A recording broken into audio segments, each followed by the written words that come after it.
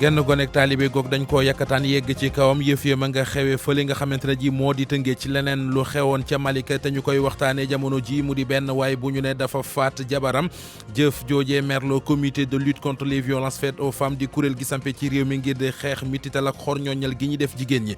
député Seydina Fall Bougazeli wooluwaat nañu ko ci section recherche bu gendarmerie Colobane moom député APR boobee dañ ko tudd ci coowal trafic faux billets ñi nga xam ne fa ñu dëkkee des leen fa yëkkati ndax BRT bi moo fa war a jaar ñoo ngi ci jafe-jafe ki mittitu xol tey ji xëy nañu ko wane ci toogaanu ñaxtu bopp def nañu ko takk nañ ci nag ay sagar yu xonq wàllu comme lii di loi rectificative finance 2019 ngir fexe nu ñu def ba fay liñ naan dette publique secteur yi nga xam ne ñoom lañ ci gën a bàyyi xel wàllu énergie moo ci jiitu ak téeméeri milliards ak ñaar fukk ak juróom yooyu nattal nañu ko wàllu BTP tegu ci ak juróom-ñaar fukki milliards ak juróom tey ji ci ngoon daañu amal ci assemblée nationale ndajam ëngëm loo waxtaane ko di séance plénière boobu député yi ñoo koy def Georges Déthié Diop maa ngi lay nuyu. fay naa la Ndiaye Mohamed. biti réew xibaar yi yaa ñu koy faram fàcceel lu ciy gën a fës. dana ci gën a fës bokk na ci ca Mali Salif Keita di woykat woowee siiw lool foofu ca Mali woo njiitu réew ma Ibrahima Boubacar Keita mu tekki ndombal tànkam jóge ca bopp réew moom ndax mënut a indi saafara jafe-jafe yi jëm ci wàllum terrorisme foofu ca Mali moom nag mu ne Ibrahima Boubacar Keita loolee tax mu war faa jóge tey ci ngoon rek am na ab marche doxub ñaxtu bi ñu fas yéene amal foofu ca Mali ndax militaire ya cosaanoo France nekk foofu ca Mali la ñu bëggatul gis ca biir dëkk ba ca Niger moom Amadou mi jóge woon ca réew ma ñetti at a ngi nii delluwaat si na gannaaw bi waajuram gu jigéen génne àdduna keneen ki dawoon làqu ji ca biti réew fële ca République démocratique du Congo njiital mouvement bi di Filimbi moom dellusiwaat na dimanche gi ñu weesu Floribert Anzuluni lay wuyoo dénk na ay kaddu RFM daañ ko dégg ci xibaar yi. ci kanam tuuti lay doon Georges Déthié Diop mu faram fàcceel ñu xibaar yi biti réew yi bu ca noppee Cheikh Tidiane Diagne la ñu yàndal ci tàggat yaram Diagne lu ci nar a gën a fës. li ca war a gën a fës di wàllu football ak éliminatoire CAN 2021 ni ki biig suñu gaynde yi daal nañu yegg si foofu la ci Eswatini dimanche gi dañ daal di kon bokk jàmbaarloo ak ñoom ci ñaareelu wërgal yooyu les éliminatoire leneen li nga xam te ne fas nañ ko waxtaane di wàllum NBA Academy Africa tey ji suba ne lañu daal di lancé li nga xam te ne moo di seen 3e camp d'entraînement lu tolloo ki téeméer ak jeunes yi nga xam te daal ñu ngi leen di tàggat ci lu jëm ci wàllum basketball fii léegi ci kanam incha allah di ngeen si dégg ki nga xam te ne moom la ñu dénk mbir moomu la di Amadou Gallo Fall. Cheikh Tidiane Diagne baat bi naju na lool booy ñëw wutalum si xaw naan ko soog a ñëw. ginnaaw xibaaru tàggat yaram yooyu danañ leen jukkil as lëf ci yëglekaay yi xëy di gën bés bu nekk buñ ca noppee tàggoo génn ci xibaaru digg bëccëg gi dégtal leen xibaar yi ñu jegleel gàmmuwaat gi am na ca Ndiassane amit fële nga xam ne moo di ca Medina Baye la fa tukkee nii xibaar fu ne yebal nañ fa équipe des na ci ànd ak yéen ci journal des gàmmuwaat ak Barthélémy Ngom lay doon ginnaaw xibaaru digg bëccëg gi Aliou Ba moo nekk ci machine bi.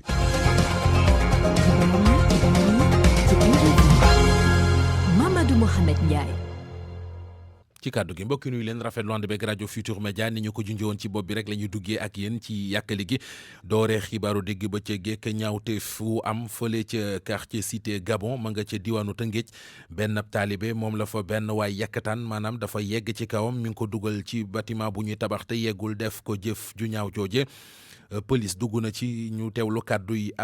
ñu teewlu kon ki nga xamante ne ji moo di Amadou Diop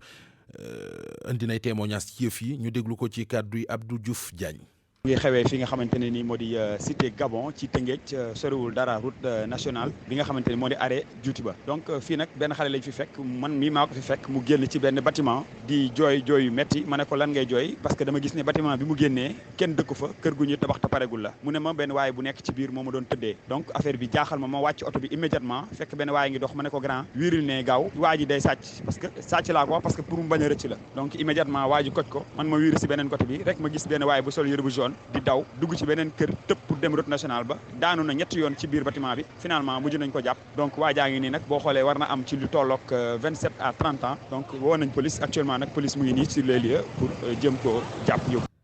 Aminata Ka benn xale bu jigéen la bu ñu ne toll na ci ñaar fukki at sama nga dëkkoon ca Malika ëmboon ba toll ci ñetti weer jëkkëram a ko dóor ba mu faatu jëf joojee nag comité de lutte contre les violences faites aux femmes di kuréel gi sampe ci réew mi di xeex mitital ak xurñooñal gi ñuy def jigéen ñi ngi koy ñaawlo sàkku nañu ci état bu Sénégal ñu jëli matuwaay ngir mitital gi ñuy def jigéen ñi wala fitna ji am ci biir néegi sëy ñu daal di koy dakkal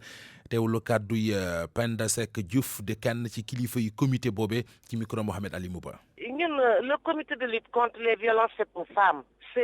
mi ngi naq bu baax a baax tey dénoncer di condamner lii nga xamante ni si xew na ñu jël ko ci jigéen ji nga xamante ni si ñaar fukki at ak ñeent la xale bi am ñaar fukki at la am xale bu ndaw ñu rey ko te bi ñu koy rey mi ngi fekk mu nekk moom sax en état de grossesse ki ko rey nekk borom jëkkër jooju nga xam ne bi mu koy rey nee nañ moom ci jëmmam xamul sax fu mu nekkoon mi ngi woon ci dafa nekkoon ci emprise de l'alcool. ma ne en tout cas non seulement ñu ngi koy condamné mais ñu ngi na justice bi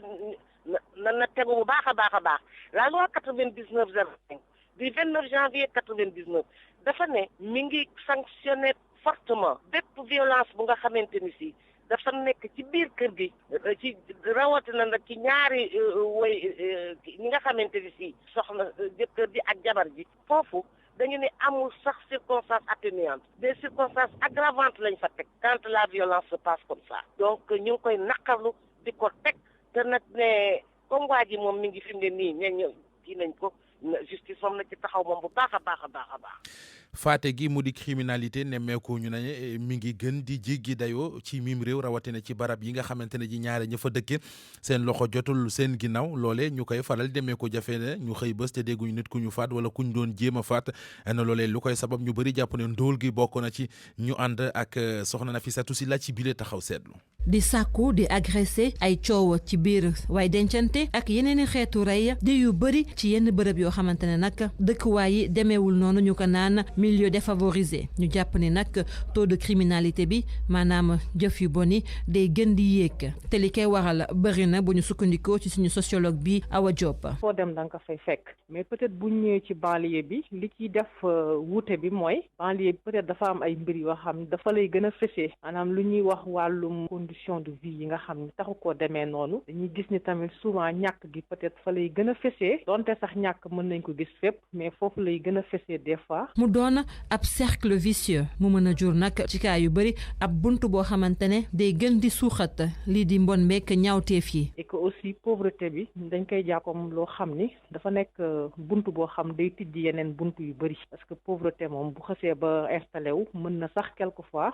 expliquer li ñuy wax ñiy jël ay yoo xam ni baaxul demee ni sinébar wala yenn genre comportement yi nga xam ni daal gënul ci société pauvreté moom dafa nekk loo xam ni bu xasee ba installé wu fenn day jur ay yeneen mbir yu ndawaan ci wetam. leneen loo xamante ne nag dina bokk ci li koy yokku dëkkuwaayu xat yi. li ñuy wax promiscuité souvent nit ñi peut-être du ñu am benn am bi maanaam dëkkuwaay bi daal am na nu muy demee tamit mën na yokk yenn genre comportement yi nga xam ni gënul trop. suñu sociologue bi nag li mu nemmeeku sax mooy ñaawteef yooyee li ci ëpp ci jigéen ñi lañ ko jëmal. mën na nekk ay cas yoo xam ni dañoo sàkku nit ki ba pare rey ko wala dañ koo rey rek pour même si ay wàllum jote diggante ñaar ñuy sëy ku jigéen ki dem ba ñàkk bakkanam. explication bi ma ci am mooy dañuy dund ci société boo xam ni dafay teg lu bëri jigéen lim koy teg bokk na ci yow yaa war a def yow yaa war a togg lii yow la war lii ak lii yow yaa ko war a def ba de telle sorte que yow boo ko deful am na ay conséquences dal sa kaw souvent nag malheureusement couple yi dañuy gis ne day fonctionner ci noonu quelquefois buñ jëlee rek li fi xew bërki démb mën nañ jàpp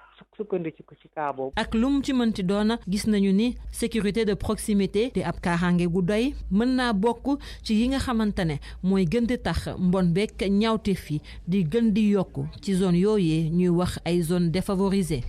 député Seydina Fall ñu naan ko Bougazeli ma nga ca gendarmerie bu Colobane alkaati section recherche yi ñoo ko convoqué tey jii ci yor gi moom député bu APR boobee dañu koy tudd ci coowal trafic faux billets dinañ ci dellu si waat waaye des ci mbiri faux billets yi ak ni ñu ne jasar ci dëkk bi jamono ji loolee tax na ñi nga xamante ne ji kambisti lañu di ñiñ boo yoree beneen xeetu xaalis bëgg koo soppi beneen bëgg a jël CFA def koy euro ba jëri dollar def CFA ñooñee ñoo la koy defal ak it ñii di jaaykat yi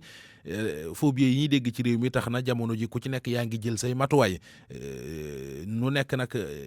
ñii di defkat yi ñaawte fii ñoo ngi koy jéem ngir jéem leen a nax waaye du tee ñoom ñoo ngi jël seen matuwaay doonte it du tee léeg-léeg ñu def leen ko reportage Pape Balla Gaye ca Sandaga moom moo koy firndeel. mu doon ñoo xamante ne dañ leen di faral di nax ak ay faux billets cambiste yi ak yenn ci clients yi ca rue Sandiniéry jamono ji gën nañoo ubbi seen i gët. da nga siy daal rek ñun moom boo ne mu xam nga xaalis bi xamoo ko da ngay ñëw rek def. Habib Kane nekk kenn ci cambiste yi moom nag mu bàyyi xelam bu baax a baax ci li nga xam ne mooy faux billets yi jàpp na ne am na ay xarala yoo xamante ne mën nañu daal di feeñal faux billets yooyu lee. waaw ñun dañ ñu koy def waaye ñun nag bëgguñu di ko def kenn ndax boo dikkee di jënd wala ngay jaay dañu lay dugal ci bureau nga xool say billet baax na ñu wecc la ko bu baaxul te ñu def li war soit nous les dénonçons à la gendarmerie ou à la police ou bien ñu delloo la ko bu fekkee ne bii xam nañ ne yow mi tu as été abusé waaw mais nag ça peut arriver à n'importe qui. donc am ngeen machine am nañu daal ay jumtuwaay yoo xam ne yi mën nañoo aar ci yooyu mbir. mu wuteeg loolu ki nga xam ne moom Thierno Ba la tudd mu nekk ab commerçant moom nag lépp dafa jàpp bu téyee faux billets yi rek dina ko mën a daal di xàmmee. ci loolu la ñuy dund quotidiennement parfois ne da lay jox billet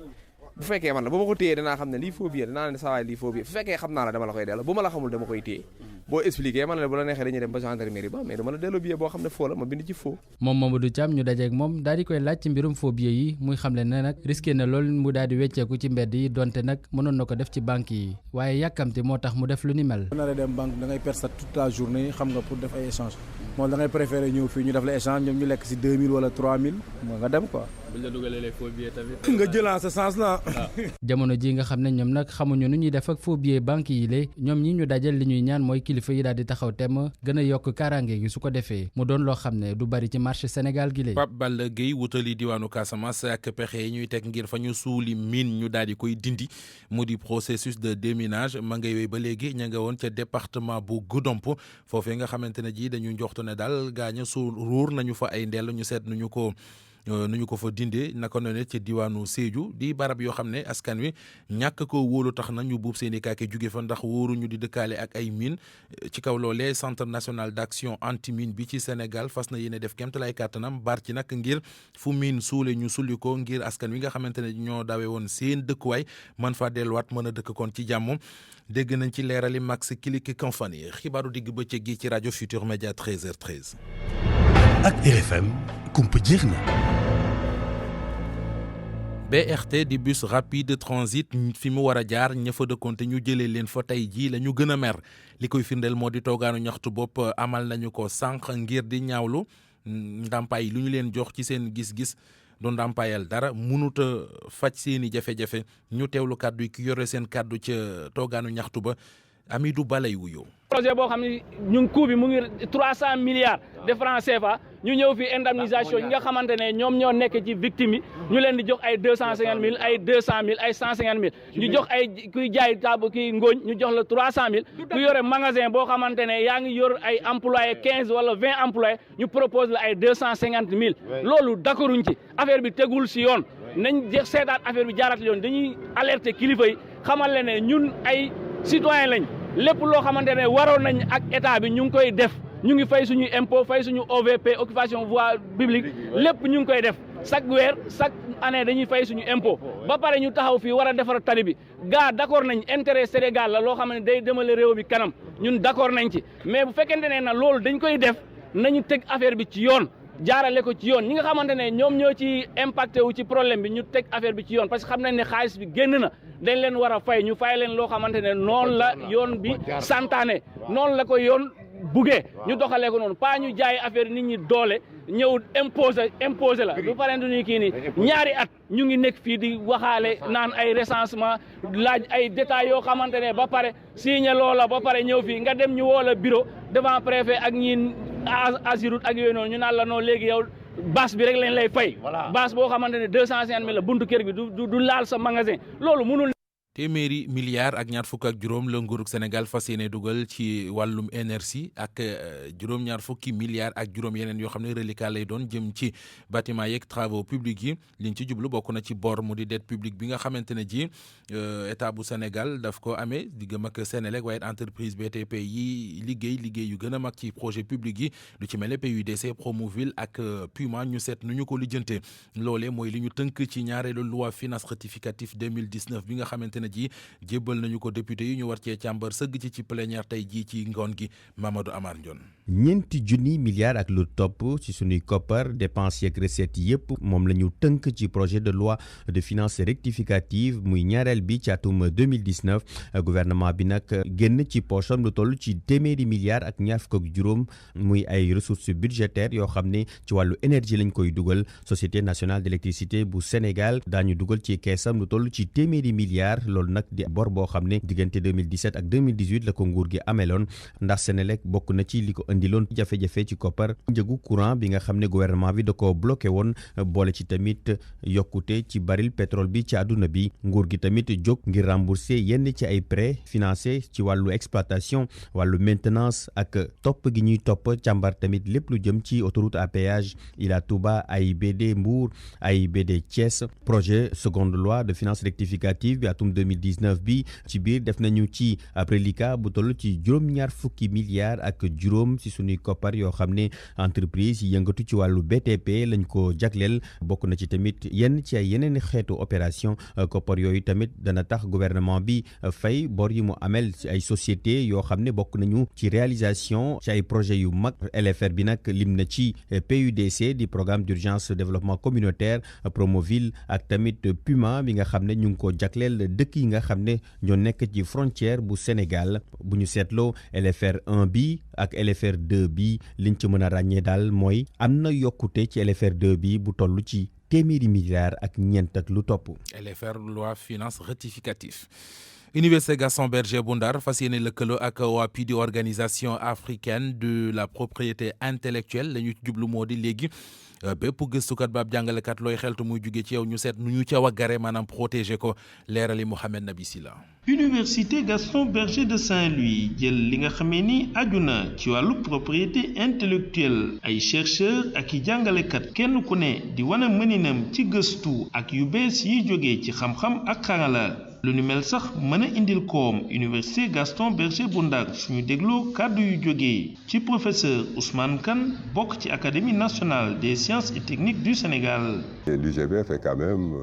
office. lu ni mel mën na indil njëriñ lool lii di université bi gëstu yooyu suñu demee ba tàmpe ko ba xam ki ko def dana tax ñu mën ko wisaare ci àddina bi te lool mën na indi koom gu mën a dugg sax ci gëstu gu ñuy def ci bërëb bi. Avec les exploitants naturels titre de propriété intellectuelle. Professeur Ousmane Thiaré directeur bi xamle njëriñ loo xam ni ak yelleef bu jógee ci propriété intellectuelle mën na ko amal bërëbu jàngukaay bi lee. propriété intellectuelle mooy lépp loo xam ne day protéger li nga xam ne ni gëstukat koy découvrir ci université bi. que il y a 4-5 ans association des universités africaines daf ñu financé woon benn montant boo xam ne dañ ci waroon amorcer ay réflexion ci mbirum propriété intellectuelle boobu ba léegi nag lu bëri def nañ ko ci te baax na bu ñuy def recherche bu fekkee am na loo xam ne dañ koy trouver mu nekk lu bees au moins ñu mun ko protéger et loolu bénéfice la ci chercheurs yi bénéfice la ci université bi mais aussi ci partenaires yi nga xam ne day ñëw aussi di liggéey ak ñun ci ay projets. Université Gaston Berger bu Ndar wane xarala UES yu mu am ci mbir mi bëgg nag ñu jàppale leen ba lépp loo xam ne aju na ci wàllu koom gu jóge ci propriété intellectuelle mën a jëriñ njàng mi lee. RFM ci Ndar Géej Mohamed Nabi Silla. ndaje ngi mu ñu doon amal fële ca diwaanu Fatick ñu tuddee ko atelier validation conférence territoriale régionale waaye la ñu ca jàngatee gis ko ca moo di Gossas di barab bi nga xam ne premier ministre du Sénégal ba woon di Mahammed Boun Abdallah Dionne fa la fekk baax bokk na ci barab yi gën a tumuranke ca diwaanu Fatick bu ñu ko gam-gamlee ak yeneen ñaari département ya nekk ca boobile diwaan daanaka lañ fa liggéey ne réalisation bariwul gouverneur bi fas yéene nag am rapport final boo xam ne dana ko jébbal état bu Sénégal ngir rëq-rëq yooyu ñu jooyandi ko Aminata Goudiaby. atelier validation bu conférence territoriale bu région bu Fatick nag tax na ñu xam ne état bi ak itam yenn ci ay ONG ñi ngi investir bu baax a baax ci biir région bi waaye nag ba léegi mu mel ne amul tolloole ci ñetti département yi Gossas boo fa demee ne ñu niveau d'investissement bi dafa tuuti loolu Seynabou Gueye moom mooy gouverneur bu Fatick. jaadu woon na ñu xool li nga xamante ni mooy département yi ku ci nekk fan nga ci toll ci intervention état loolu nag bi ñu ko defee gis nañ ne tey jii département yi xëy na tolloowuñu que la ngay gis biir Fatick gis ko biir Foundiougne xëy na gisuñu ko loo ci département wu Gossas kon day laaj tey ji li nga xamante ni mooy Gossas ñu gën ko jàppale ci mbirum réalisation ak investissement ndax yemuñu ci seet rek ñaatal ak liñ fa def naka la toll dañoo wëlbatiku ba seet population bi waaye la ñu xalaatoon ca njëlbeen loolu la ñu gis maanaam disparité bi am entre Gossas ak yeneen département yi te gis nañu aussi ci commune tamit am na disparité ndax commune Niakhar tey jii li nga fay gis ci investissement xëy na gisoo ko ci yeneen commune yi. ñu ne itam ak góorgóorlu war na ci biir Île du Saloum yi naam bu fekkee ne sax nguur gi def na fa ay investissement jëm ci wàllu ndox mi ak itam ci wàllu électricité bi. war nañu aussi jàppale ñi nga xamante ni ñoo dëkk ci île yi parce que île yi aussi dañoo yore seen réalité boo xamante ni tey jii pour nga dem fa yombul waaye dafa laaj tey jii ñoom ginnaaw état am na sax lu mu fa jot a def ndax ndox mi am na effort yu bari yu ci état bi def nga jëm ci électricité bi état bi def na ci tamit ay jéego waaye laaj na loolu yëpp ñu gën ko yokk ngir mën a jàppale population yooyu nga xamante ni ñoo nekk ci île yi. ab rapport daañu ko jébbal nguur gi ba jafe-jafe yooyu ñu indi ci ay saafara. conférence territoriale bu région bu Fatick nag chef de service yu bëri yu nekkee ci région bi fekke nañ ko ak itam ñi nga xam ne ñoom ñoo jiite gox yeeg goxaan yi. Aminata Goudia bi Fatick RFM. RFM bitim réew. jóge Fatick dalal séeréer quelle transition ni ko tubaab yi waxee. maa ngi lay nuyu Georges Nafio. nuyu ma ci séeréer kay mbay. dama tiiña rek. dama bëgg rek nga def ko de. dinaa ko jëm li jiwoo jeexul jugu fa ñu doore xibaar bi ci ak réewu Mali. li gone yi di wax affaire du Keita ngay am fii. ndax Salif Keita mooy wax ak Ibrahima Boubacar Keita. moom Salif li mu bëgg moo di Ibrahima jóge ca bopp bu réew ma moom woykat bu si boobee ca Mali dafa jàpp ne Ibrahima Boubacar Keita dafa war a tekki ndombal tànkam ndax mënut a indi saafara jafe-jafe yi am foofu ca Mali ci wàllu terrorisme bi yooyu kaddu nag mu ngi ko yëkk ci ab vidéo bi nga xamante ne mu ngi ko siiwal ci page Facebook am. explication wala leeral yu Awa Sila ca Bamako moom Awa Sila moo di directrice de publication bu yéenekaay bii di Africa Muso. tax Salif Keita wax li mu wax mooy que ni y a 10 jours soo seetloo ci ginnaaw dafa amoon ay xale yoo xam ne dañu leen fekk ci seen benn camp ñu rey leen ay terroristes rey leen xale yooyu nag ñu ngi tolloog ay militaires yi nouveau recrues ñu toll ci ay am 18 ans ba 30 ans. population bi yëpp ñoo excédé wu fi mu toll nii ñëpp ñoo mer boo seetloo sax opposition bi tey dinañ organiser benn marche bu mag après la prière voilà Salif nag loolu la meree mu jóg muy waxtaan ak magam mu ne ko léegi yow yaay sama mag mais comme mënatoo diriger na nga bàyyi réew mi te jox ko mun a diriger mais li merloo Salif moo merloo ñëpp fi mu toll ci dëkk bi voix yu bëri ñoo ngi jóg di wax ne le président démissionné. xibaar foofu ca Mali doon jokkoog Babacar Fall. ñu dem fële ci réewum Niger opposant bi di Amadou dellu na cim réewum. moom mi ñu jàppee ki gën a fës ci kuje gi démb la delluwaat ci ñàmme gannaaw bi waajuram bu jigéen génnee àdduna ci njeexital weeru octobre ay militant xam la ne bi mu eggee ca réew ma dafa dem ca sëg ya nekk ca Yamba ngir ñaanal waajuram bu jigéen boobee nga xamante ne génn na àdduna Amadou demoon daw làqu ji ñetti at ngi ni ca France ci novembre 2015 bi mu dellusiwaatee bu njëkk moom mi fi nekkoon ay jamono njiital assemblée nationale bu Niger dañ ko tegoon loxo bi mu wàccee ci roppalaan ga yóbbu ko kaso ci atub 2016 nag moo nekkoon ci élection présidentielle ba ci ñaareelu place ba donte sax defut woon ab campagne ndax mu nga woon ca kaso wa ci gannaaw premier tour ba nag boobee lañ ko jëlee ca Niger yóbbu ko France mu dem faju ji boobee ba léegi nag dellusiwaatul foofu ca Niger ba démb la koy doog a def. keneen ku dawoon làqu ji ca dellu cam réewam moo di waa ji jiite mouvement Filimbi ca République démocratique bu Congo. turam Floribert Anzuluni moom nag dimanche la dellusiwaat ci Kinshasa ñeenti at la def fële ca Belgique ndax jubawutu woon ak nguuru ga fa nekkoon di nguuru Kabila gannaaw bi ci Tshisekedi ñëwee ci boppu réew ma nag mu ñib si dimanche gi ñu weesu naka la gisee niñ ko teertoo wala ni mu dellusiwaatee ca réew ma moom nag yokk na ci ne dana wéyal xeex wa. Je suis particulièrement ému.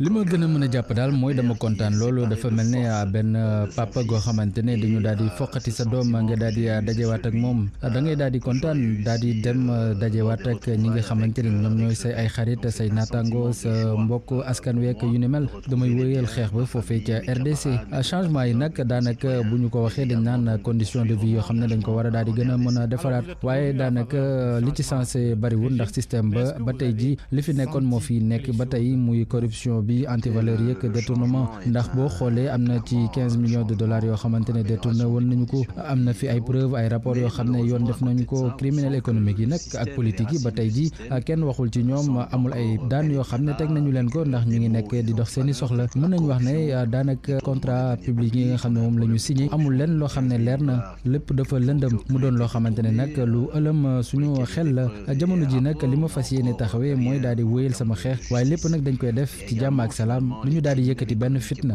Poursuivre notre engagement pacifique et non violent. wutali réewum Bénin parlement ba mu di assemblée nationale bi adopté na beneen code électoral bu bees ci réew ma. ca code électoral boobee la ca gën a fës moo di ab poste de vice président bi nga xamante ne ñu ngi ko fay tegandi waaye loolee daal ni ñuy soppi code électoral boobee ñi nga xamante ne ñoo di kuje gi li ñu bëggoon nemmeeku wuñ ko ci ndax ñoom dañ leen bañoon boole sax ci élection législative yi ñu weesu ci ni ñu joxe nag récépissé de reconnaissance de parti ak yenn quitus fiscal yi ñuy laaj parti yi loolee amuñ ci tontu ci code électoral bu bees bi yeneen yu bees yi nga xamante ne nemeeku nañ ko ci code électoral bu bees boobee nee nañ daañuy def lépp ba code électoral bi wàññi li nga xamante ne moo di caution bi ñuy fay ci ñi bëgg a bokk ci élection présidentielle boobee yóbbu ko 50 millions de francs CFA ndax mu ngi woon ci ñaar fukki millions wala bokk ñaari téeméeri millions ak juróom fukk code bi itam ñu dugal ci ne ku bëgg a doon candidat ci poste vice président wala poste président ba faw ñu parrainé la ci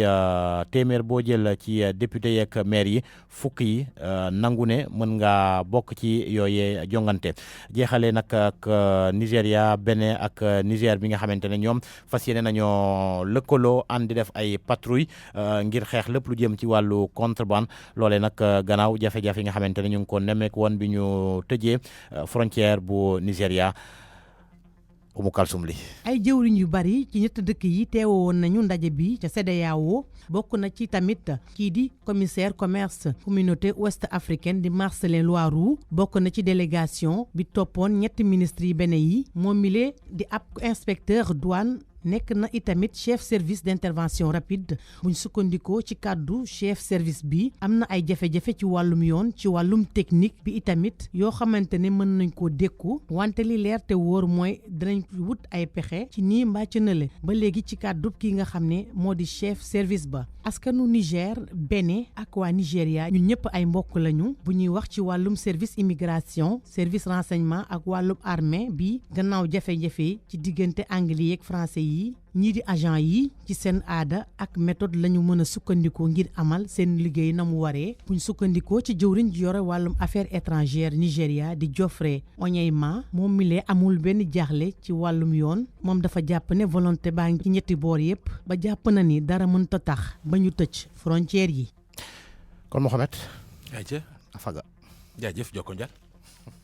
RFM Sport. tàggat yaram Cheikh Tidiane Diagne maa ngi lay nuyuwaat. maa ngi dellu di la fayet Ndiaye. ayca football coupe d'Afrique éliminatoire coupe d'Afrique des nations 2021 gaynde yi egg nañu ca Eswatini ga ñu war a footballé. niki biig lañ fi daal di kon boog yegg foofu la te Eswatini gannaaw bañ fi baw démb daanaka ci waxtu yi Ndakaar daal di wutali kon bokk dëkk googule ndax ñoom gannaaw ëllëg di dimanche danañ fas yéene kon bokk jàmbaarloog seen naataango yu Eswatini ñeel ñaareelu wërgal éliminatoire CAN 2021. mu mel ni ki teel a yegg ko nga xamante ne équipe nationale Sénégal teel na fa yegg doon li nga xamante ni daal dana feeñ ci match bi loolu moo di kaddu Abdoulaye Diaw mi nga xamante ni ab chroniqueur la fii nii ci rajo Futurs Médias nekkoon tey suba ci RFM matin. match bi li tax mu jafe jekku ko moo jafe jekku match bi parce que boo joué Thiès mercredi war joué ji Eswatini dimanche tukki bi jafe parce que match bi mi ngi door dee tukki bi dimanche à l'heure du coup d'envoi match bi doorul day jeex parce que match bi ma nga door ca fa nga jóge léegi dama jël exemple Eswatini mi nga xam ni ñun bi ñuy joué Congo à Thiès moom mi ngi joué Guinée-Bissau à Bissau bi ñu jógee Eswatini pour ñëw Bissau def nañu près de 3 jours ci yoon bi parce que dañ dem ba Dubaï pour am fa lu leen wàcc si vers Bissau mode match bu mel noonu soo ko amee dafay door dès le voyage moo tax fédération sénégalaise ministère des sports dañ ko teel song ñun bi ñuy waajal matchu Thiès bi ñoom ñu ngi wut vol spécial parce que nag vol spécial moo ci tane nga war mën a agsi à temps su ma déggee ni démb ci alxames yi parce que dañuy jouer mercredi démb ci alxames yi ñu ngi fi jógee 10h30 fii Ndakaaru ak guddi Eswatini ci vol spécial nga ni sore na man je suis tenté de me poser cette question maanaam maa ngi naan waaw mais Eswatini ñu joué Guinée Bissau fu ñu nekk ana ñu parce que maa ngi fàttaliku mu sañ am problème bu mel nii match bu mel nii Niamey ñun Niger ñoo leen jiitu Niamey ca match retour bi ba tax na léegi ñu ngi ci conditions yi parce que match yi léeg-léeg boo ko déggee ci tukki bi nga koy gagné wala nga koy perdre. waa kay Ndiaye mi ngi noonu jàppale itam lii di jogante yi ñeel lii di première journée éliminatoire CAN Cameroun 2019 danañ ko daal di kon bokk yeggali ni ki tey jii 16h diggante Zimbabwe ak Botswana googule wax ci itam Tanzanie dana dalal ñii di waa Guinée équatoriale 19h Maroc dana tase ak ñii di waa Mauritanie ba tey ci 19h diggante Tunisie ak Libye lay daal di doon ni ki tey jii di ajuma gi Ndiaye ñu daal di kon bokk wax itam ci qualification Euro 2020 tey jii ci ngoon dana am ay jogante yi nga xam ne nga daal di amal ñu mën cee lim bu ci mel ni diggante Espagne ak Malte Bosnie diggante mag ñii di waa Italie ñaari match yooyu ma jot a lim danañ ko daal di door ci bu 19h45 jotee Ndiaye. waxtaane wàllu basket NBA Academy Africa tey jii xëy na ñetteelu camp d'entraînement waaye ca Saly la. waaw ca Saly foofu lañ ko daal di amal ngir tàggat gune yi ci lu jëm ci wàllum technique basket lu tolloo ko ñaar fukki jigéen ak ñeent nag ñoom la ñu daal di kon boo ko woolu ci mbir moomule bawoo ci dëkk yu bëri gannaaw loole ki nga xam ne sax moom la ñu dénk mbir moomu fii nii ci Afrique moo di Amadou Gallo Fall yëkkati na ay kaddu ñu déglu ko ci micro Abdourahmane Diallo. lépp lu ñuy def pour xale yu góor yi dañ koy def aussi pour xale yu jigéen yi lii mooy ñetteelu édition wu camp bi nii ñu ngi am ñaar fukki jigéen ak ñeent yi ñu jógee ci fukki pays Afrique ñu indi ay role model ay légende ñu mel ne Jennifer Azi nga xam ni joueur WNBA bu mag la woon gagné na ay médailles d'or yu bëri ci Jeux olympiques pour équipe bu Amérique ak aussi Ebony Hoffman WNBA olympienne la woon Astou Ndiaye bu nekk xam ni sénégalaise de joué na WNBA gagné na foofu ay titres joué na plusieurs fois ak suñu équipe nationale au Sénégal mu ngi nekk fii di liggéey pour NBA Academy Africa et aussi Mawadi Mabika nga xam ne mu ngi door a ñëw fii nekk na joueur boo xam ne ni Congo Democratic Republic of Congo la jóge woon jaarul lycée Amérique wala université mais dem directement si WNBA nekkoon fa juróomi yoon All Star nga xam ne mooy ñi nga xam ne dañuy gën a ràññee ci saison yi mu nekkoon foofu dans le temps dinañu am aussi ligu jigéen parce que niveau talent bi dina àgg foo xam ne nii dinañ mun a organiser loo xam ne nii vraiment xale yu jigéen ñi tam dinañ ñi nga xam ne ni am nañu talent bi et puis am nañu aussi surtout désir bi ak ambition yi dinañu créer ay opportunités yoo xam ne nii mun nañu réaliser seeni rêve ak seeni ambition mais comme li ñuy wax góor ñi tam nañ dem jàngi basket bi dafa ànd ak jàng dañu bëgg ñoom ñëpp ñoo am seeni diplôme universitaire. voilà kon bokk Ndiaye xam naa fii lañ koy daal di yamale xibaaru tàggat yaram yi. maa ngi lay gërëm di la sant ba beneen incha allah.